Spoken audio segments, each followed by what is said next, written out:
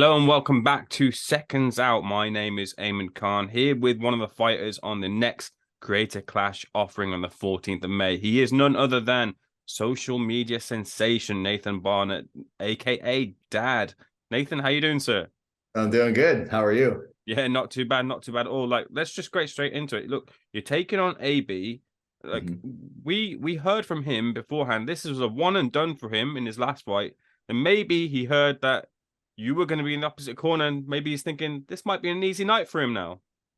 I think he thinks something like that. I think what he's thinking is Hundar is a little bigger than me, and he only saw me go 22 seconds, and he probably assumes, maybe he doesn't, but a lot of people assume I would gas out shortly after that 20, 30 seconds, which is very untrue.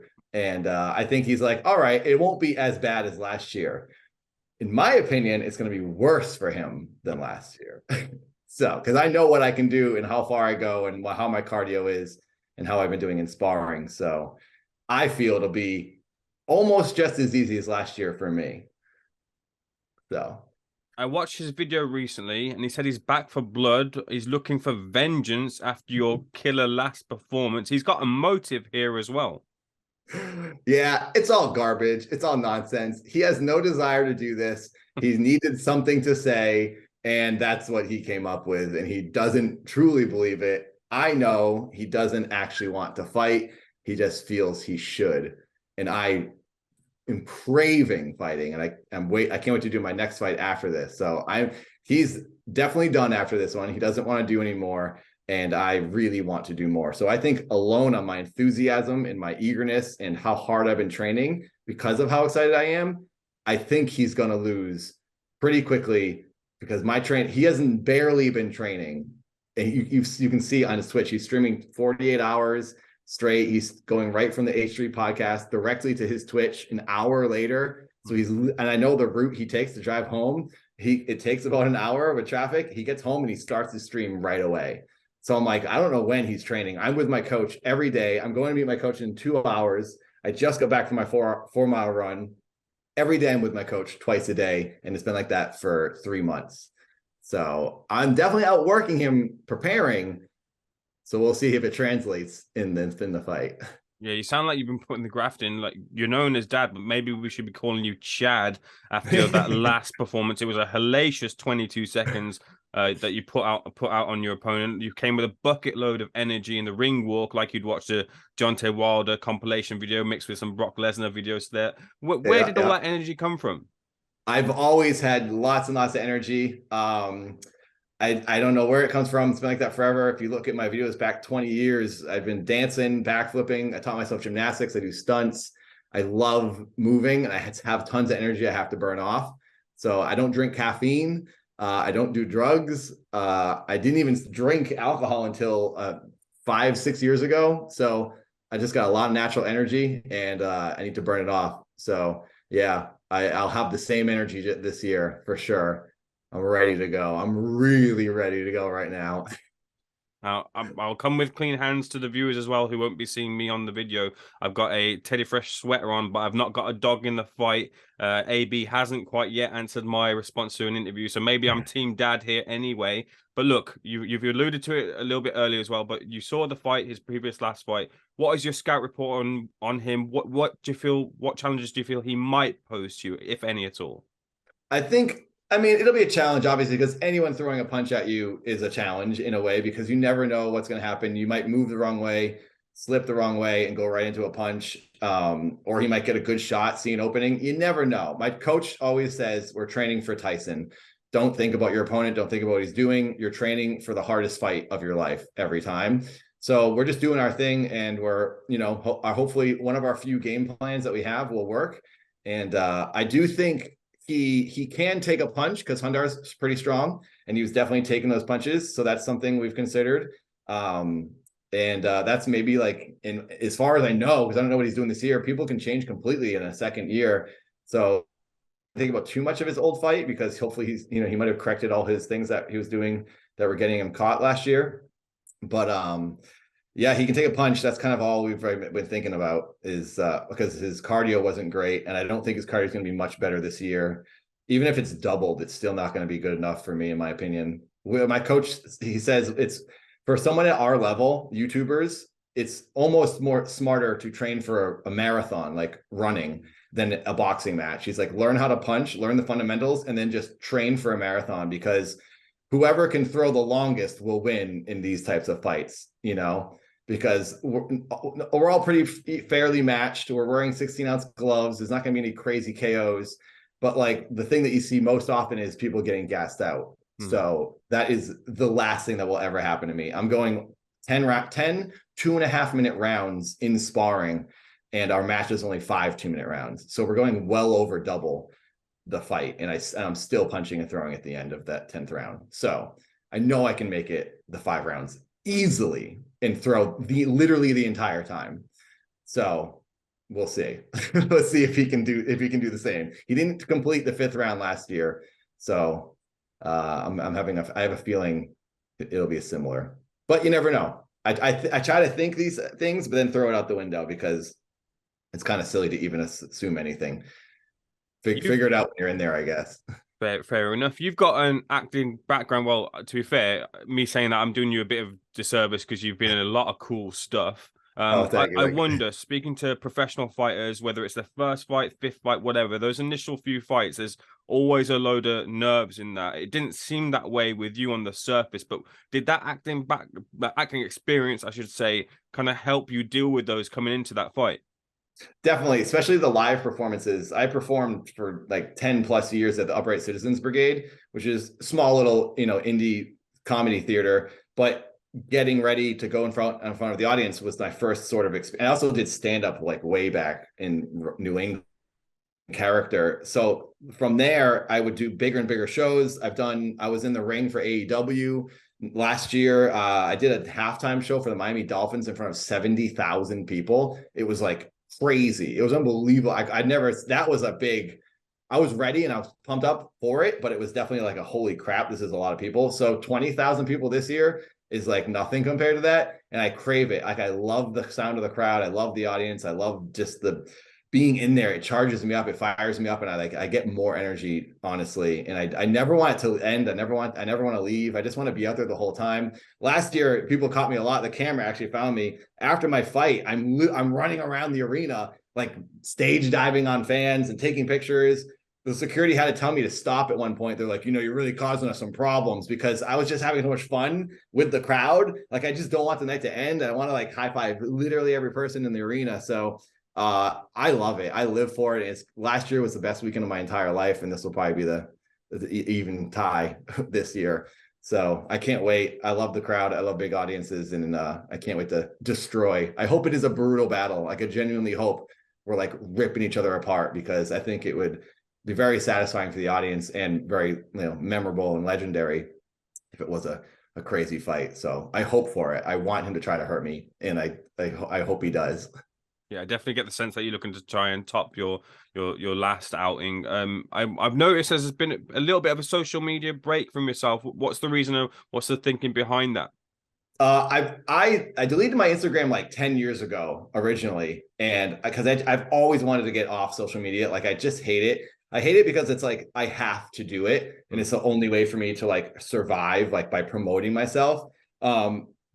In Twitter, I've always hated Twitter. I've never wanted to be on Twitter. There's been many attempts where I've tried to get off Twitter, and with all the training this year and just how overworked I am and stressed I am with this training, I was like, well, at Creator Clash, that's when I'm going to delete everything. But it hit me too hard. Like, I've been exhausted and like broken down, and there's also like personal stuff going on with family, and I'm still like one of the hardest things ever happened to me a couple of years ago, and it's still like I'm still not like quite over that yet. So I'm dealing with that, and it all comes out, I find, when I'm like physically exhausted. Like, my emotions are like, I'm a very emotional person anyway. It just kind of comes out. So I'm trying to like cut out the moments where I'm just staring. And I've stopped. I used to last year. Also, part of it, the reason I got off is because it's self-induced. I like stress myself out more because I used to heart every single comment on the dad channel. I just physically would go through and heart every single, like thousands of comments a day. until they're all cleared out and I've hearted every comment. And it added this extra stress of just like having to do that task I've made up for myself and then staring at my phone. So I'm like, all right, no more. I want to win this fight. I want to zen out, and I'm just stop using my Twitters, and I only use my Instagram right now. But after Creator Clash, I'm going to be like pretty much done with all of it and just use YouTube and Twitch. So people who get the notifications, that's it. I have a Discord, and people in there, if they get notifications, great. I just don't want to have to do the extra promotion anymore because it's exhausting. You feel better for it? I definitely do. I feel really good. I feel a little bit bad, like, oh, there might be a couple more people that might see an upload if I make a tweet or if I post on Instagram, but I kind of just don't care. I'm like letting go. I'm making a movie this year. It's a movie I started called Neutral. It's the first 22 minutes are on my Nathan YouTube channel, and this will be the rest of the movie. It'll be like a full hour and a half. I'm going to try to finish that at the end of this year and early next year. So that's kind of what I want to work on more now, is instead of like promoting all these little videos here and there and tweeting stuff, it's like I'm just going to disappear, try to get this movie made, self-fund it, and then make that my normal grind. Is like every year or two I make a movie and I just upload little videos here and there throughout the year. You led me nicely to my next question. What's the goal for the movie?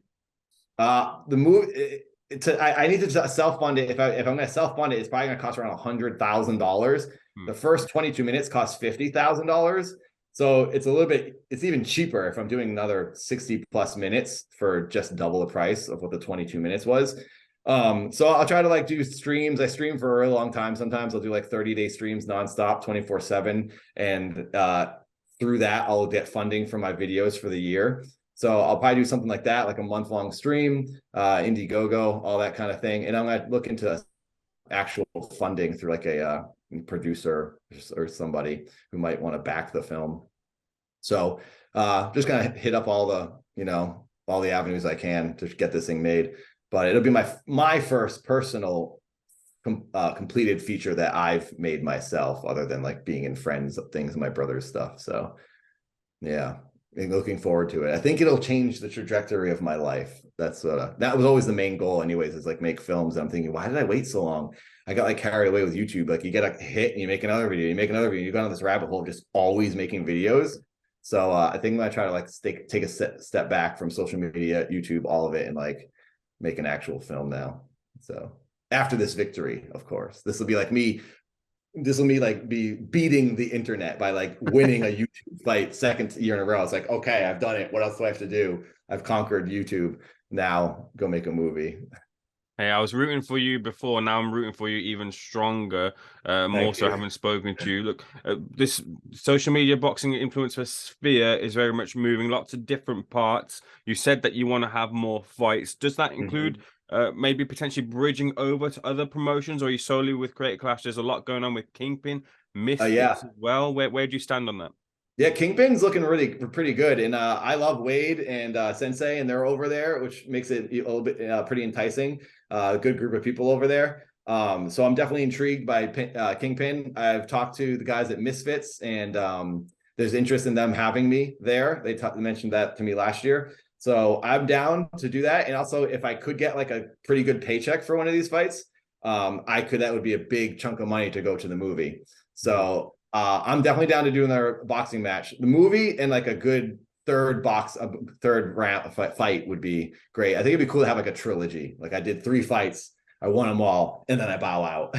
So maybe sometime next year, after I get this movie going, complete that, and then it depends on like who wants me when. Like I'm kind of open to whatever, but I'd probably the earliest I'd want to do would be like this winter. I need to take a few months off for sure. Because this has been an intense fight camp. My coach is like, we're doing a pro camp this year, and my 42-year-old body was not prepared when we started this fight camp. I've been exercising and doing drills that he's been sending me on and having me do since August, and I thought I was like gonna be in great shape, and it took me like 2.5 weeks to like really get in shape for this fight camp. So lucky it was 10 weeks, because those first 2 weeks I needed it to like get going, but now I'm feeling like amazing. So yeah, but yeah, I'll do another fight for sure. It just depends on who wants me, I guess. So Misfits are doing this tag team thing. Would you ever consider yourself Belle Delphine against another tag team?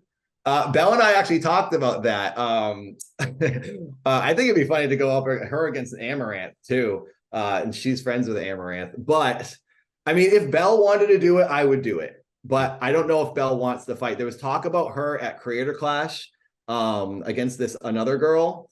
I can't remember who it was, but she was proposed. That was proposed to her, and she considered it, but not. She ultimately decided against it. But if somehow Belle said yes, I would definitely pair up. If it was like a co-ed tag team situation, that'd be pretty great. Dad and Belle against whoever. I think I would only do a tag team if it was a situation like that, like a pretty unique thing with a person I'm friends with, and I love Belle. So yeah, I would do it with her. But I don't know if I would do a regular like tag team like the one that they did recently, because I think it'd be nice to like end on like a solo third fight, you know.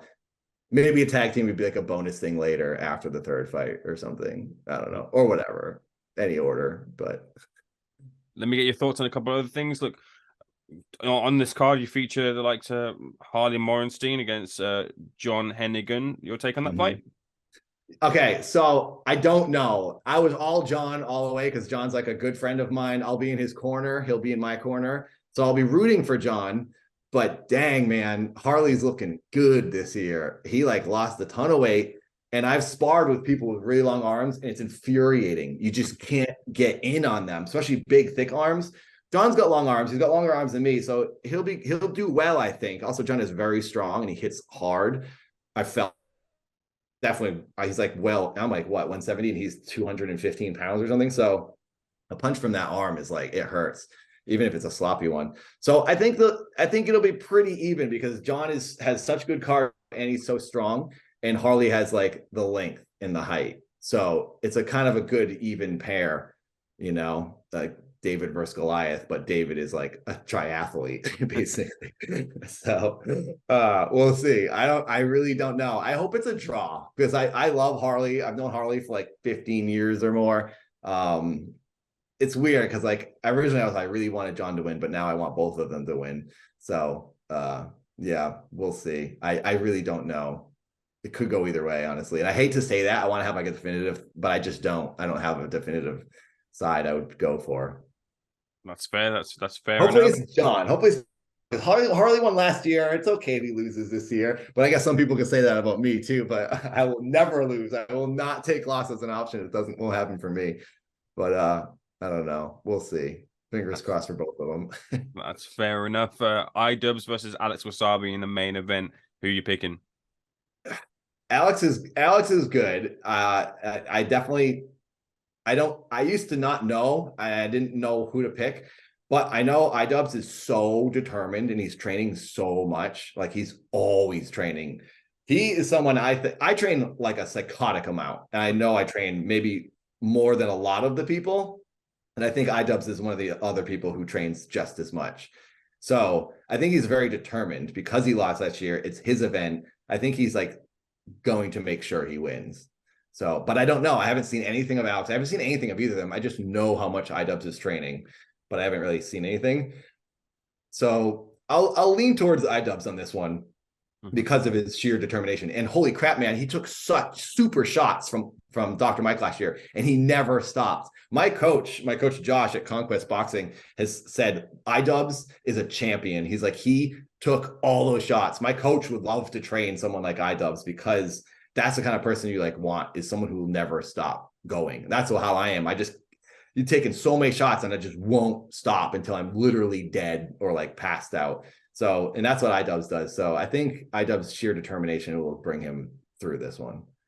I've got to ask you, look, there's been a slight little bit of controversy heading into this latest Creator Clash with Progress now not featuring on the card. Dust has settled on the situation now, but I wonder, and both sides have said both their takes on it, but I wonder, do you have a take on that situation with Progress dropping off?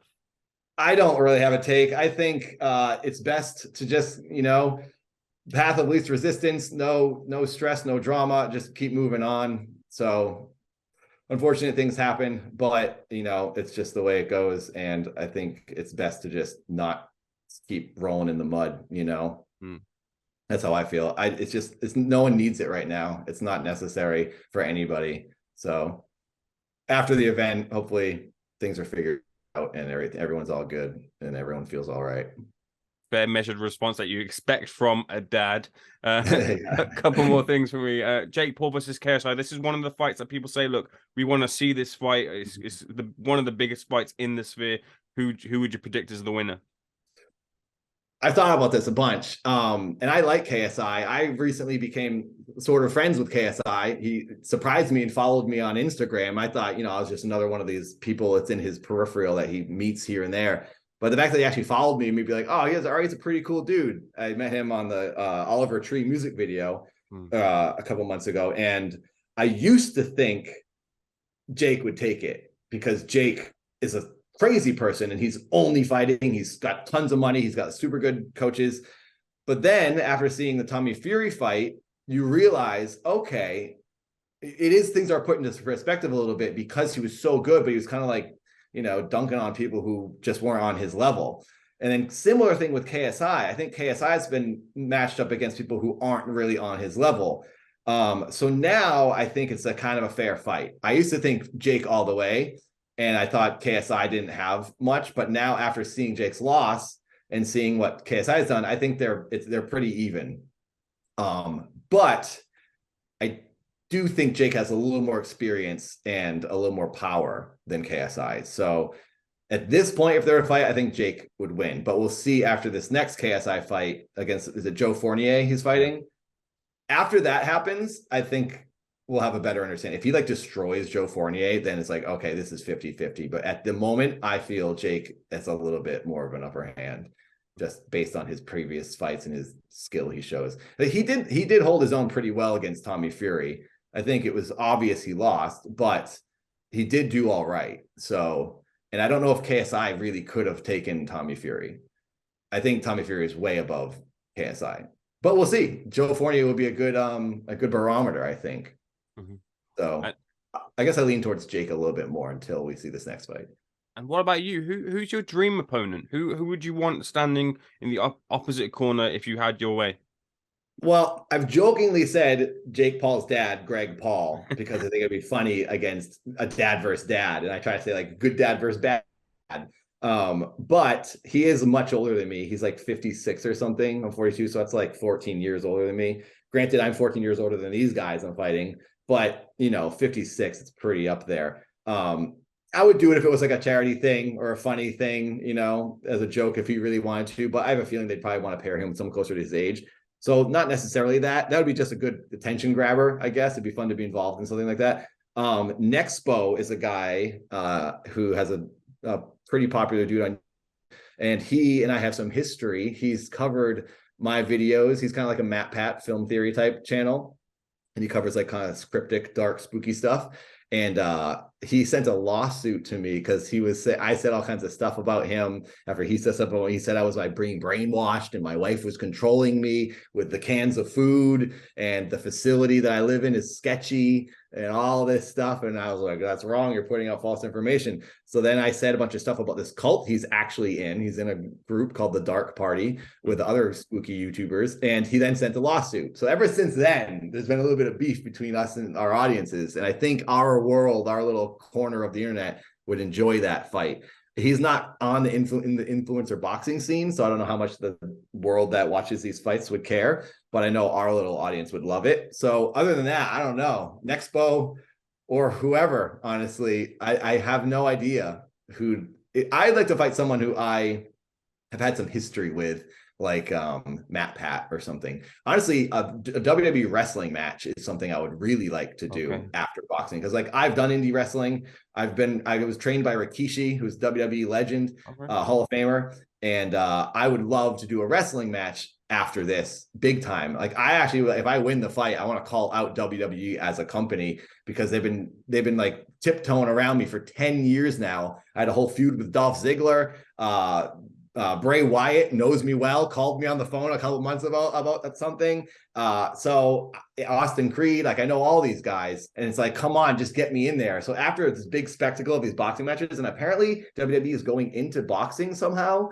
They're starting it's a whole article about it. If you search Stephanie McMahon WWE boxing, you can find some articles. So it's well, if you're getting into it, here's the character right here who's winning and I play like one of the hardest characters in this world. So hopefully this is a good segue and I can parlay it into that and team up with some other popular YouTubers that could bring some attention to them. If they're looking for YouTubers, that is, you never know what they're really doing. But I would love to do some wrestling matches with some people for sure. Boxing, I don't know. Just to see what happens. Look, you've opened up a whole other avenue of conversation that I could have with you, but look, I'm really conscious of taking a lot of your time. I will close with these final two questions. Look, hardcore boxing fans are going to kill me for saying this, but I'm going to say it anyway. Look, you're committed, you're driven, and you've got that level of fearlessness when it comes to being in the ring. Do you ever wish that kind of you could rewind a number of years back and maybe have started boxing a bit sooner? I don't think so. I truly love boxing. I'm glad I found it when I did, and I'll keep doing it as exercise. And even after the fights, I'll always be a member of a boxing gym and hit the bag and stuff. But I think the way it happened for me is perfect because like I've destroyed my body for the past 20 years doing stunts and dancing for 12 hours nonstop and years of dance videos and getting hit by cars, falling off roofs.